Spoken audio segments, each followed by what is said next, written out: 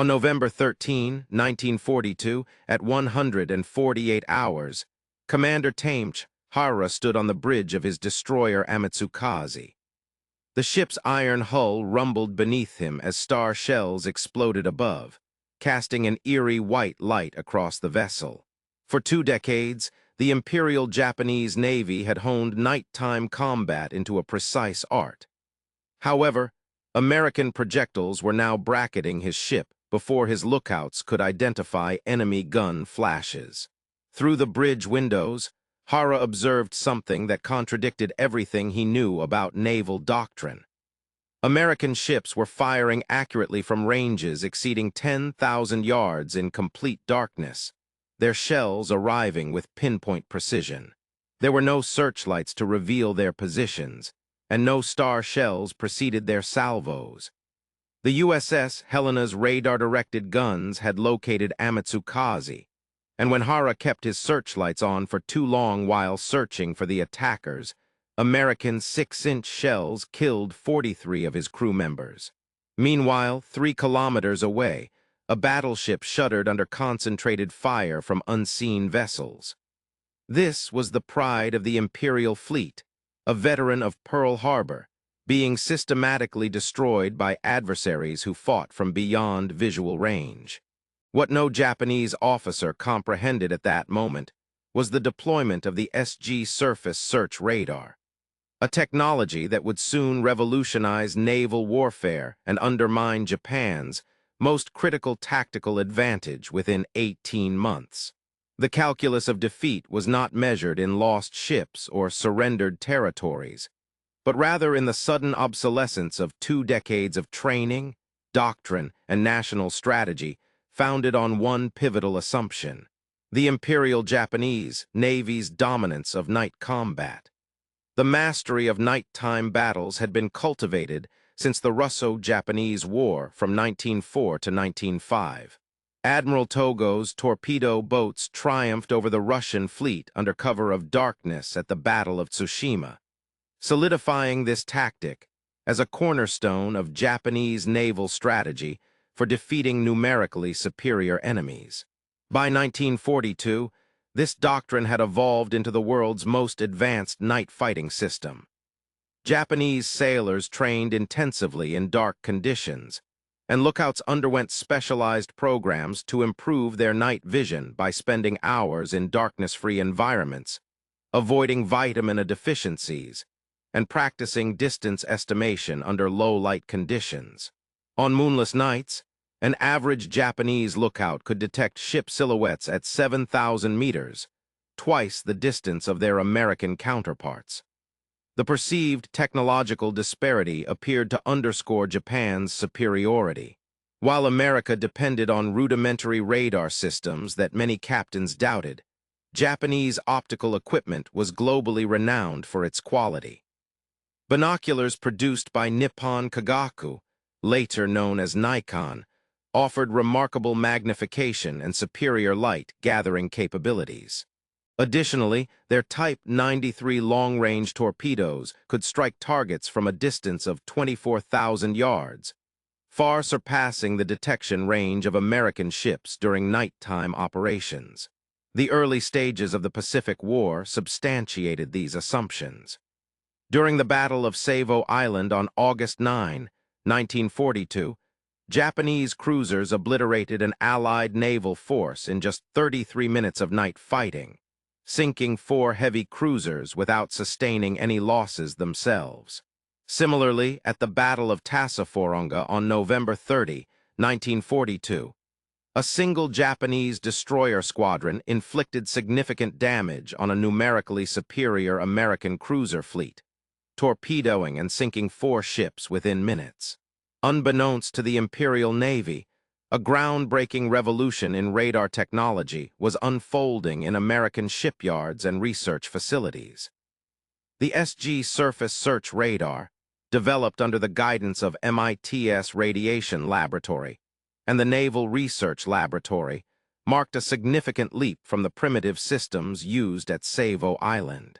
Operating on a 10-centimeter wavelength with an output power of 50 kilowatts, The SG radar could detect destroyers up to 15 nautical miles away and track them accurately enough for blind firing at distances of 10 miles.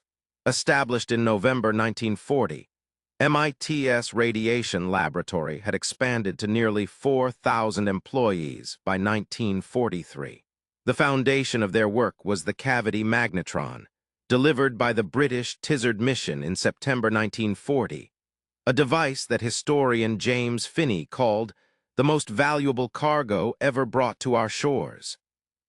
This technology facilitated the production of approximately 1,000 SG radar sets during World War II. The first Fletcher-class destroyer, USS Fletcher, DD-445, commissioned on June 30, 1942, was equipped with this revolutionary system as standard equipment.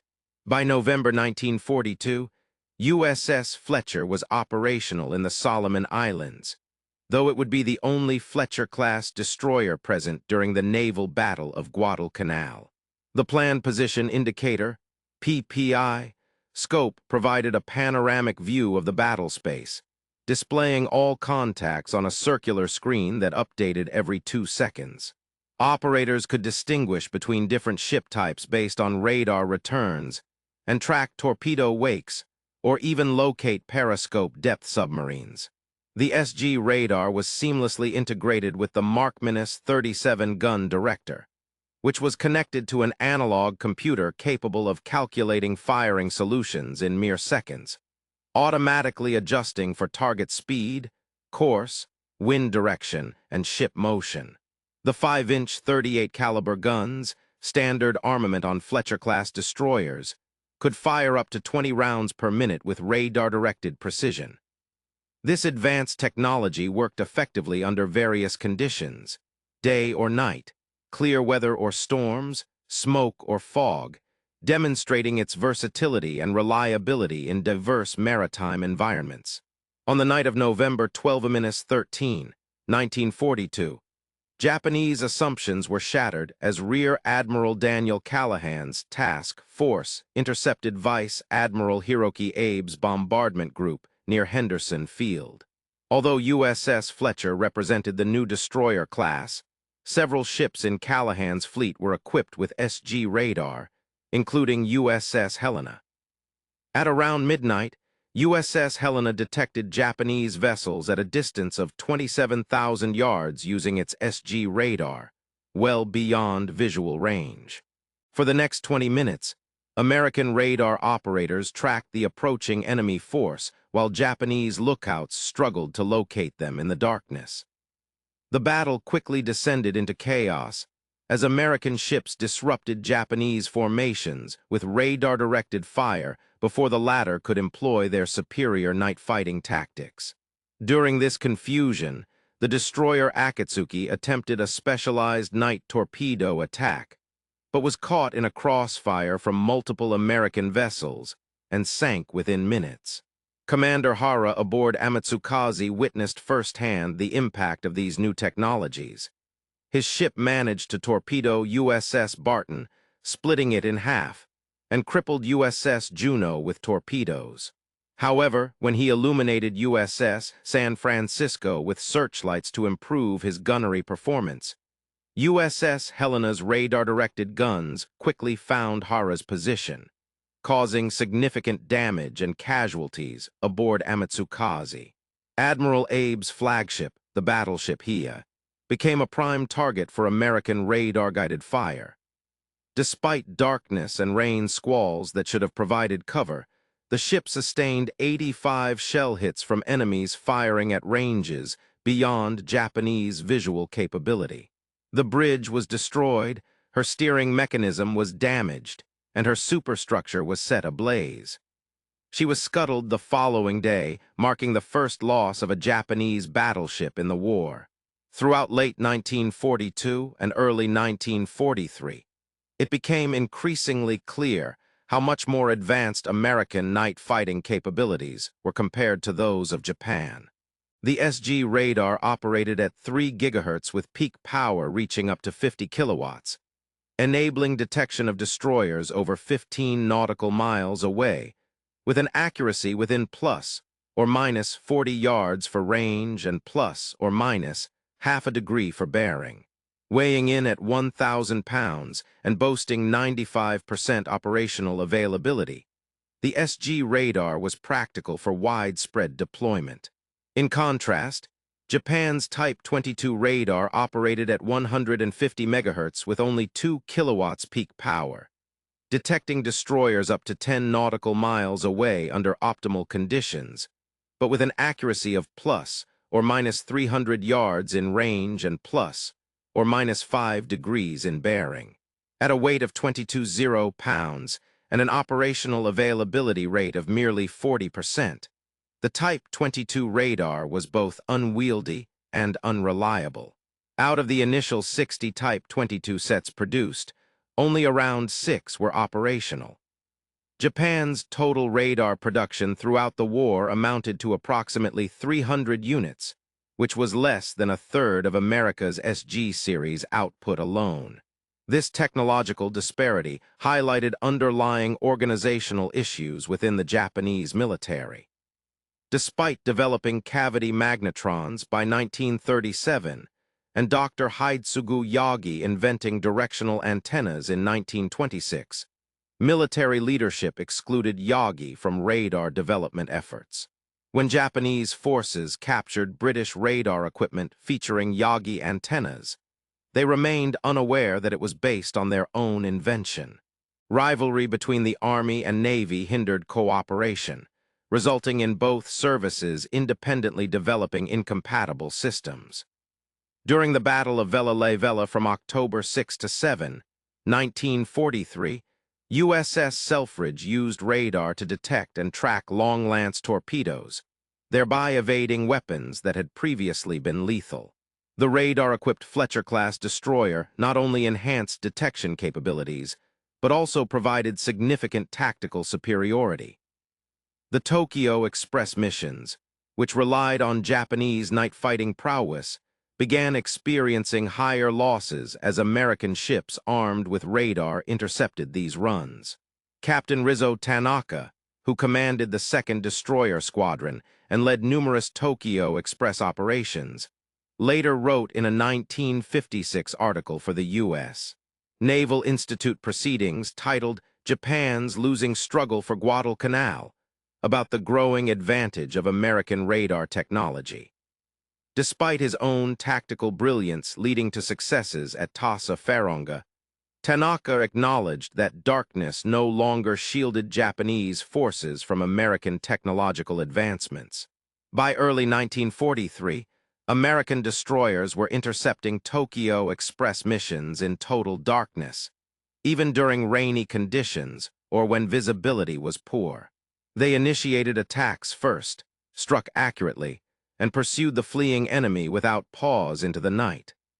On November 25, 1943, Captain Arleigh Burke led 5 U.S. destroyers against an equal number of Japanese vessels off Cape George.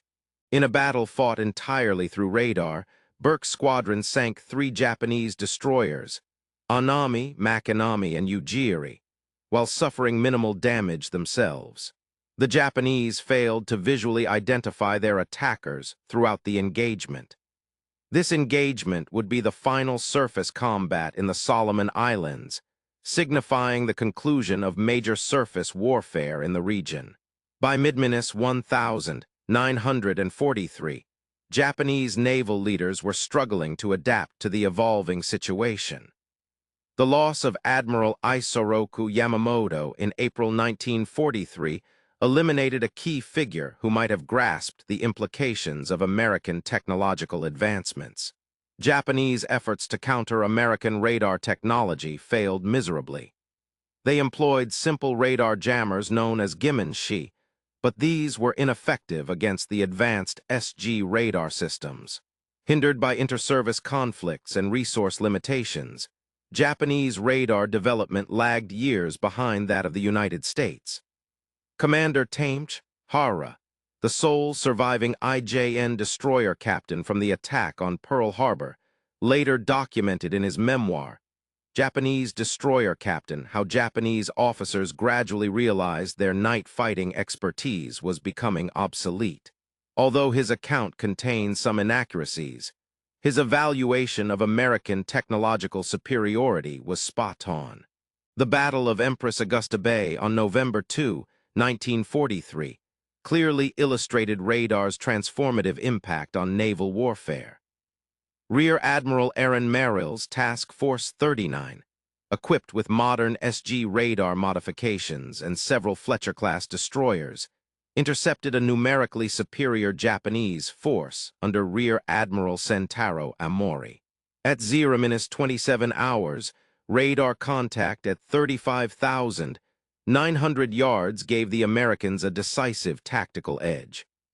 For the subsequent hours, American vessels tracked their adversaries with unparalleled precision, maneuvering for optimal firing positions while remaining undetected by Japanese lookouts. The capabilities of the American destroyers appeared almost supernatural to the Japanese observers. Engagements occurred at ranges exceeding 14,000 yards in total darkness, with hits scored on the first salvos. They also detected and evaded long-lance torpedoes, using radar tracking of their wakes before launching counterattacks without ever making visual contact. The outcome of this battle deeply shocked Japanese high command. Despite superior numbers and firepower, Amori's force was routed, sustaining significant losses including the light cruiser Sendai and destroyer Hatsukaze, while inflicting minimal damage on the Americans. Samuel Eliot Morison observed that this battle marked the end of Japan's previous dominance in night engagements. The psychological impact on Japanese naval personnel extended far beyond mere tactical defeat. Experienced sailors who had honed their nighttime combat skills over many years found themselves rendered obsolete by advancements in technology. Japanese operational reports detailed a decline in morale as the situation worsened. The celebrated long-lance torpedoes, often launched based on radar estimates, increasingly encountered nothing but empty waters. Crews of elite destroyers, once confident masters of night warfare, now struggled against an unseen adversary. The production of Fletcher-class destroyers exemplified American industrial prowess at its peak. Between 1942 and 1944, American shipyards churned out exactly 175 Fletcher-class destroyers, surpassing the total number of all types of destroyers built by Japan throughout the war.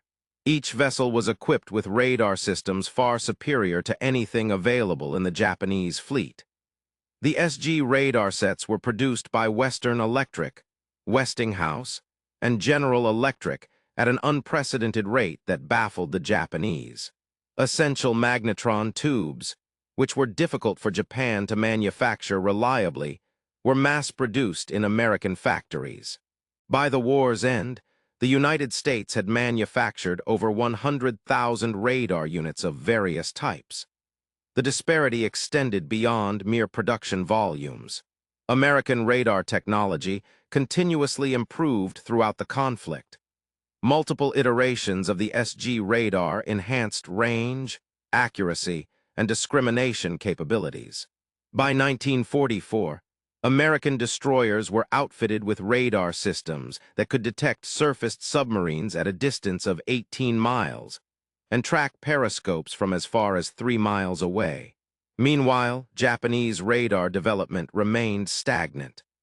The Naval Electrical Research Department had only 300 staff by August 1943, compared to the 4,000 employees working in MIT's radiation laboratories. Japan also lacked a robust electronics industry that supported American advancements in radar technology. As traditional night fighting tactics became ineffective due to radar, the Imperial Navy urgently sought new strategies and doctrines.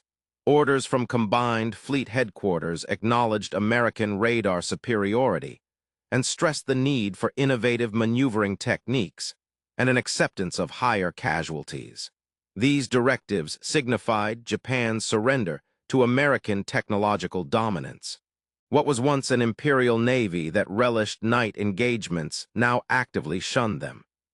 In unavoidable confrontations, they resorted to tactics that tolerated significant casualties in exchange for the chance to launch torpedoes. Training initiatives found it difficult to keep up with these changes.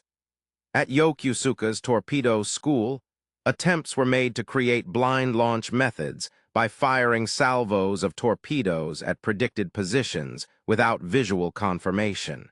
However, success rates remained dismally low. The Naval War College worked on developing new night-fighting doctrines that accepted devastating losses. Even Japan's submarine force, initially less impacted by American radar superiority, eventually encountered the limitations imposed by this technology. Fleet submarines trying to recharge their batteries while surfaced at night discovered they no longer enjoyed the safety of darkness.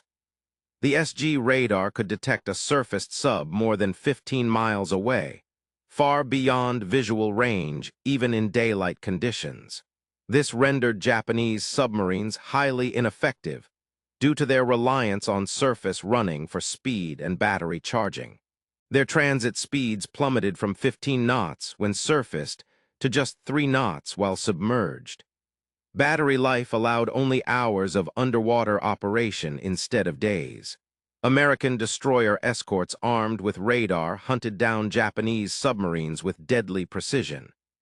In May 1944, the USS England sank 6 Japanese submarines in a span of 12 days, all initially spotted by radar. By late 1944, Japanese submarine losses had reached catastrophic levels. Naval officers drew parallels between their radar disadvantage and the B-29 bombing campaign, noting how American bombers could strike from altitudes beyond the reach of Japanese interceptors, just as American destroyers attacked from ranges out of visual detection. This technology had provided a sanctuary from which Americans could launch attacks without incurring significant risk. The psychological impact was strikingly similar. Fighter pilots observing B-29 crews above their operational altitude felt a sense of powerlessness akin to that experienced by destroyer crews under bombardment from unseen adversaries. Traditional combat skills, bravery, and training were rendered ineffective in the face of technological superiority that precluded direct engagement. The Battle of Leyte Gulf in October 1944 served as a stark reminder of radar's transformative impact on naval warfare. This massive naval conflict highlighted an overwhelming disparity favoring American technology. During the Battle of Samar on October 25, 1944, Commander Ernest Evans led the destroyer USS Johnston into combat against Japanese battleships using radar-directed fire in adverse weather conditions.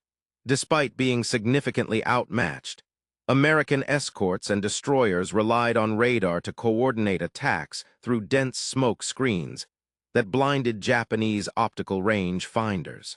The Japanese employed color-coded shell detonations: white for Yamato, brilliant pink for Nagato, greenish-yellow for Haruna, and blood-red for Kongo, to aid in spotting the fall of shot.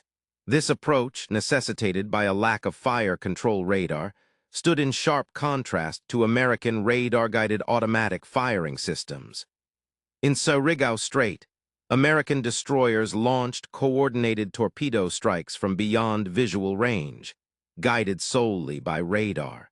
The battleship Fuso was sunk by these torpedoes without its crew ever sighting the attacking vessels.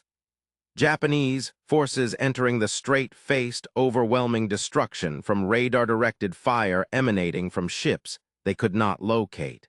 The Battle of Vella Gulf on August 6–7, 1943 showcased American dominance in radar-guided combat. Under Commander Frederick Moosbrugger's command, 6 destroyers detected 4 Japanese destroyers carrying 950 troops at 11:33 p.m. and used radar to approach undetected until optimal torpedo range was reached. The outcome was catastrophic. 3 Japanese destroyers, Hajikaze, Arashi, and Kawakaze, were sunk with the loss of 1,210 Japanese sailors and soldiers. American ships suffered no casualties. Captain Tamachi Hara, commanding the sole surviving Japanese destroyer Shigeru, later described it as a perfect American victory. Fleet Admiral Chester Nimitz praised the battle as a little classic in naval warfare, illustrating how radar had completely reversed the night combat advantage. On November 25, 1943, Captain Arleigh Burke's destroyer Squadron 23 achieved another flawless radar victory at Cape St. George. Burke's small fleet spotted 5 Japanese destroyers at 14:01 and managed to track them undetected before launching powerful assaults.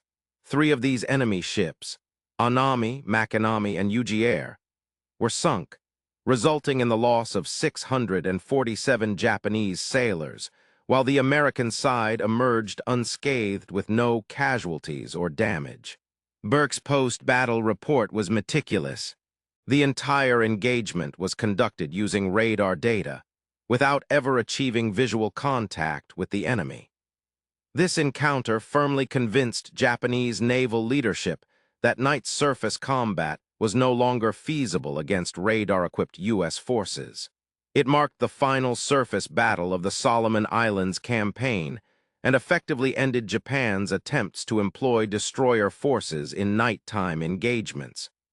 U.S. production statistics revealed a significant technological advantage. Between 1942 and 1944, the United States produced 175 Fletcher-class destroyers, manufactured approximately 100,000 radar sets of all types, including around 1,000 SG radars, and invested $1.5 billion in radar development during that period. They also trained over 50,000 radar technicians and produced 250,000 cavity magnetrons, along with an average monthly output of 2 million radio tubes by 1944. In comparison, Japan managed to produce only 32 destroyers and a total of around 300 radar sets of various types during the same period.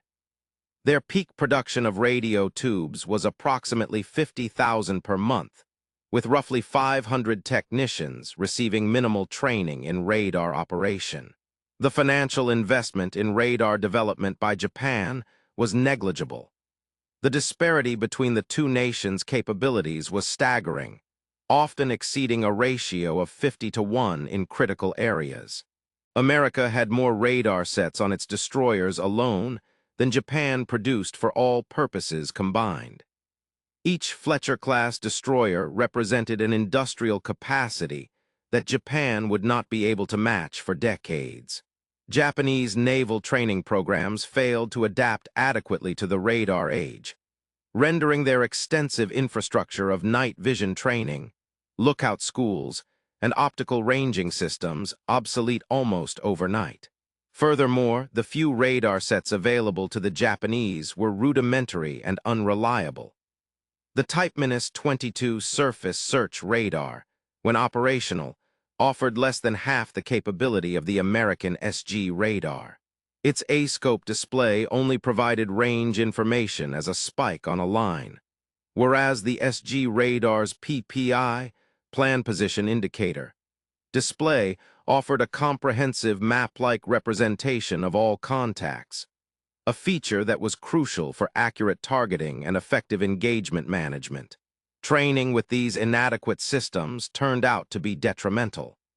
Officers grew skeptical of radar after experiencing repeated failures and reverted to visual methods, even though they were inferior. The waters around Guadalcanal, known as Iron Bottom Sound due to the abundance of sunken ships on the seabed, served as a testing ground for the refinement of radar warfare techniques. This evolution was evident in Japanese operational losses during night battles from August through September 1942, when their casualties were almost equal to those of the Americans. In October and November 1942,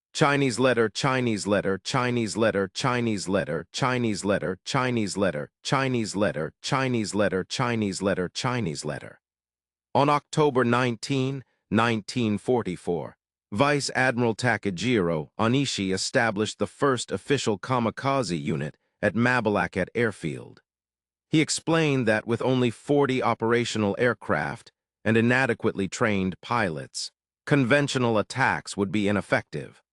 The factors contributing to this decision included severe pilot shortages, insufficient training, loss of air superiority, and scarcity of resources. Contemporary records do not mention radar disadvantage as a factor in the adoption of suicide tactics. The first organized kamikaze strikes took place on October 25, 1944, coinciding with the Battle of Samar. These attacks were driven by desperation over pilot quality and aircraft availability rather than radar concerns. Statistics from Pacific War destroyer engagements clearly demonstrate radar's impact. The pre-radar era, December 1941 to October 1942. Japanese destroyer losses in night combat, 8. American destroyer losses, 11. Exchange ratio, 1.4 to 1, favoring Japan. Early radar era, November 1942 to June 1943. Japanese destroyer losses, 19. American destroyer losses, 7. Exchange ratio, 2.7 to 1, favoring America. Matua radar era, July 1943 to August 1945. Japanese destroyer losses, 47. American destroyer losses, 4. Exchange ratio, 11.8 to 1, favoring America.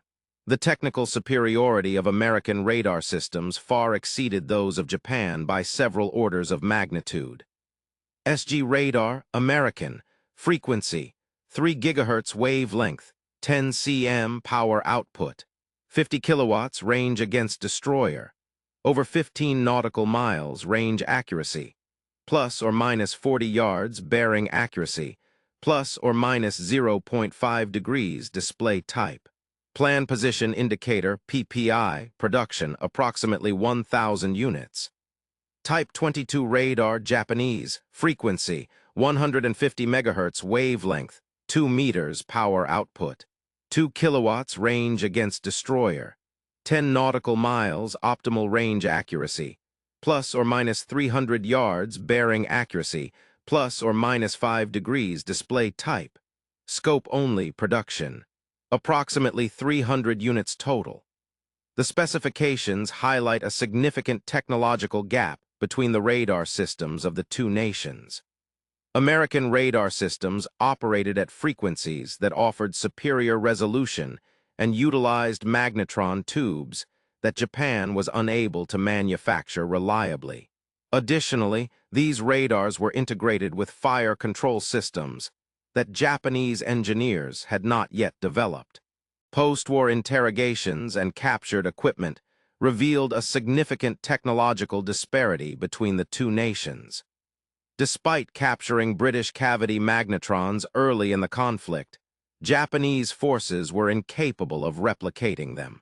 When they seized radar sets equipped with Yagi antennas, they failed to recognize that these devices were named after Hidetsugu Yagi, an inventor who had been disregarded by their own military.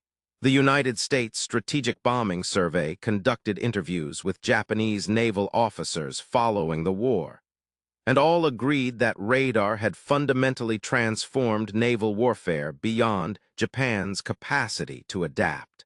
The officers testified that as early as 1943, they recognized a significant radar gap, but concealed this information to preserve morale among their troops. The Battle of Cape St. George on November 25, 1943, marked the end of Japanese night fighting supremacy. Captain Arleigh Barks's destroyer Squadron 23 achieved a flawless victory using radar technology, sinking 3 Japanese destroyers without sustaining any losses. This battle convinced the Japanese naval leadership that night surface combat was no longer feasible. Orders from the combined fleet effectively abandoned night destroyer actions, acknowledging that the advantage in nighttime engagements had shifted entirely to the enemy. The MIT Radiation Laboratory deserves special recognition for its pivotal role in revolutionizing naval warfare. Established in November 1940 under Dr. Lee Bridge, it grew to employ nearly 4,000 people and designed over half of all radar systems deployed by U.S. forces. Beyond the SG radar system, the laboratory developed more than 100 different microwave systems worth $1.5 billion in production. The foundation of this work was a British cavity magnetron delivered during the Tizard mission in September 1940. This device produced 1 kilowatt at a wavelength of 10 centimeters, making it roughly 100 times more powerful than existing technology. The Americans succeeded in mass-producing what the British had invented, while Japan could not replicate these advancements. 9 radiation laboratory staff members later received Nobel Prizes, but their wartime achievements were instrumental in enabling an electronic revolution that transformed naval combat from visual engagement to radar-directed warfare. The advent of radar forced profound changes in naval doctrine that persist to this day. Every modern Navy now acknowledges that electronic detection has superseded visual observation as the primary means of engaging in naval battles. A 1947 study by the United States Naval War College emphasized that future naval battles would be shaped primarily by electronic capabilities rather than traditional seamanship skills. The establishment of Japan's maritime self-defense force in the 1950s was heavily influenced by lessons learned from radar warfare during World War II. Electronic warfare has become the cornerstone of modern naval power, rendering other factors secondary to sensor superiority. Japanese technical experts who recognized the significance of radar early on were largely overlooked by operational commanders clinging to outdated doctrines. A small number of these officers, equipped with knowledge in electronics, found themselves marginalized despite accurately predicting defeat. Their insights were disregarded by leadership that refused to accept technological advancements as a reality. This disconnect between technological comprehension and established doctrine ultimately proved detrimental. While American forces seamlessly integrated radar into all aspects of naval operations, Japanese commanders persisted in planning visual night attacks, even when their ships suffered devastating losses due to enemy fire from beyond the visible horizon. The true measure of radar's influence was evident in comparative loss statistics that illustrated a complete reversal of fortunes.